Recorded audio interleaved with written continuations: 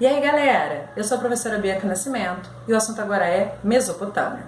Nós falamos no vídeo anterior que os sumérios habitaram a região da crescente fértil entre o rio Tigre e Eufrates, formando ali a primeira civilização do mundo, a Mesopotâmia, no atual Iraque e Kuwait. Esses sumérios formaram ali cidades-estados independentes entre si. Cada cidade-estado tinha seu próprio rei, e essas cidades-estados passaram a brigar entre si pelo controle central do poder. Essas guerras internas fizeram com que as cidades-estados não tivessem também pronta e preparada para os ataques externos. Então, os acádios acabaram invadindo os sumérios. Vamos ver? Presta atenção aqui. Vamos ver. Olha só. Os acádios, então, mais ou menos em 2800 a.C., liderado por Sargão I, invade os sumérios. Qual é a coisa interessante disso? Os acádios, quando vencem os sumérios após essas batalhas, acaba unificando a cultura das duas regiões, dos dois povos. Por quê? Os sumérios tinham suas características, mas os acádios não obrigaram os sumérios a acreditarem, a seguirem as suas próprias características. Então os acádios permitiram que os sumérios tivessem as suas características preservadas e passaram a usar até a escrita dos sumérios. Então a escrita dos sumérios com a língua dos acádios, a cultura, a religião.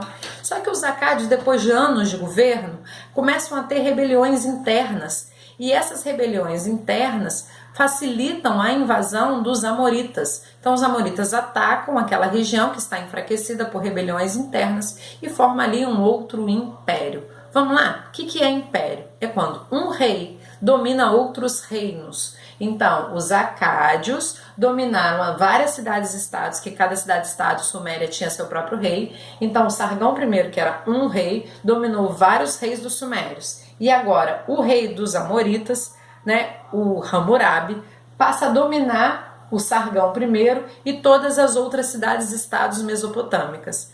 Esse rei Hammurabi, ele se torna importante porque ele junta, unifica todas as leis que existiam dos sumérios, dos acádios, dos amoritas e forma ali um código de leis. Esse código de leis é baseado na lei de Talião, do olho por olho, dente por dente. O que significa isso? Significa que o crime que você cometer, você vai ser punido pela mesma proporção, sem julgamento, Por isso, olho por olho, dente por dente. Então, significa que se um construtor, por exemplo, constrói uma casa e essa casa desaba, ele perde a sua própria casa ou até ele pode ser morto. Só que não é levado em consideração as pessoas que moram na casa dele, Esposa, filhos, parentes, então todos ali vão perder a casa, O que acontece nos dias atuais é que tem um grupo de pessoas que estão querendo voltar a essa lei de Talião, do olho por olho, dente por dente. Então, por exemplo, às vezes a gente vê no jornal que um ladrão foi pego pela população, Então, assim, vamos pensar aí, vamos dar um exemplo.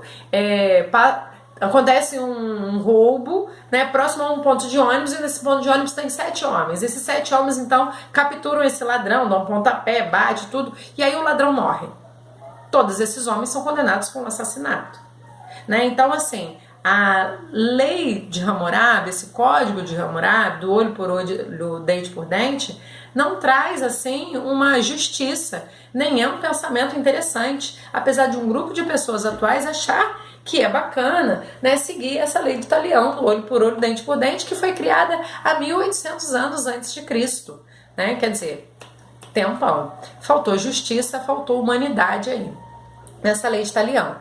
E quando o rei Hammurabi morre, começa a ficar enfraquecido esse império babilônico, o que facilita o ataque dos assírios. Os assírios é um povo guerreiro, terrorista, do mundo antigo. É o povo mais temido do mundo antigo. Por quê? Eu até coloquei aqui umas poças de sangue aqui do lado dos assírios, porque os assírios, eles promovem o terror quando eles vão fazer as batalhas. Então, assim, com os soldados que eles vão vencer, os soldados das outras que estão lutando contra os assírios, eles cortam as orelhas, a ponta do nariz, língua, órgãos sexuais. A ideia mesmo é expandir esse medo e expandir esse terror.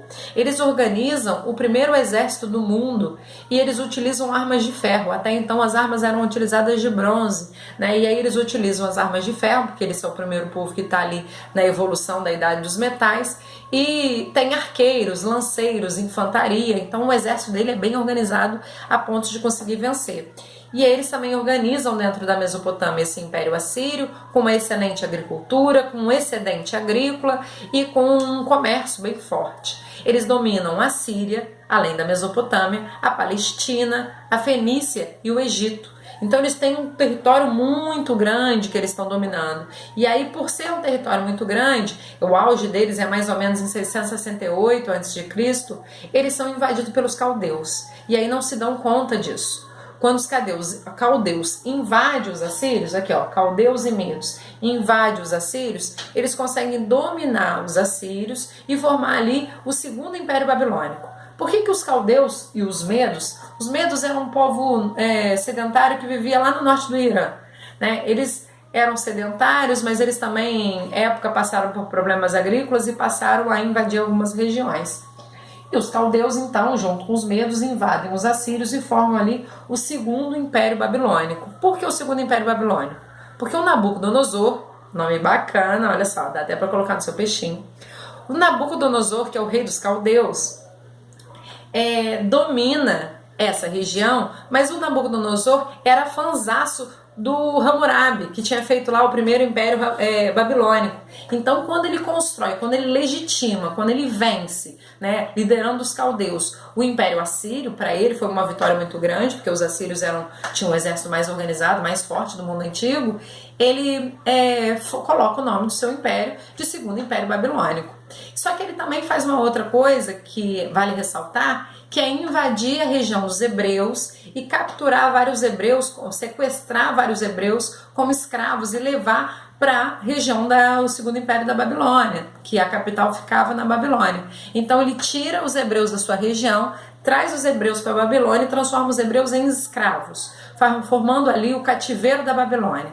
Por que o Nabucodonosor quer tantos escravos? Porque ele está projetando a Torre de Babel, que seria um zigurate, o maior zigurate já construído nesse mundo antigo, dentro da Mesopotâmia, e ele também vai construir os jardins suspensos da Babilônia. A gente não tem certeza se os jardins suspensos da Babilônia realmente existiram, mas esses jardins suspensos foram construídos para a esposa dele, Amites. A gente tem vários relatos da existência do jardim suspenso, mas a gente não tem uma comprovação científica, né? E ele deve ter sido construído então para sua esposa Amites, porque Amites vivia numa região com uma mata densa, e quando ela foi obrigada a vir para a região da Mesopotâmia, muito seco, uma vegetação muito pobre, ele manda construir esses jardins suspensos às margens do rio Eufrates, com várias vegetações, plantas e flores, para ela, em homenagem a ela. Era considerada uma das 8ª maravilhas do mundo antigo. Só que esse Segundo Império Babilônico também não perdura muito, porque os persas é um outro povo, uma outra civilização que nós vamos ver numa próxima videoaula. Esses persas invadem a Mesopotâmia e dominam toda a Mesopotâmia, todo esse povo aqui. E aí, então, a Mesopotâmia chega ao fim, com um ataque persa. Os persas é um povo que está dominando, na verdade, os persas estão tendo um domínio maior do mundo antigo. A civilização persa cresceu tanto, dominou tantas áreas, que vai do Egito até a Índia, que dominou a Mesopotâmia. E a Mesopotâmia deixou de existir e passou a fazer parte do Império Persa. Mas isso já é assunto para a nossa próxima aula.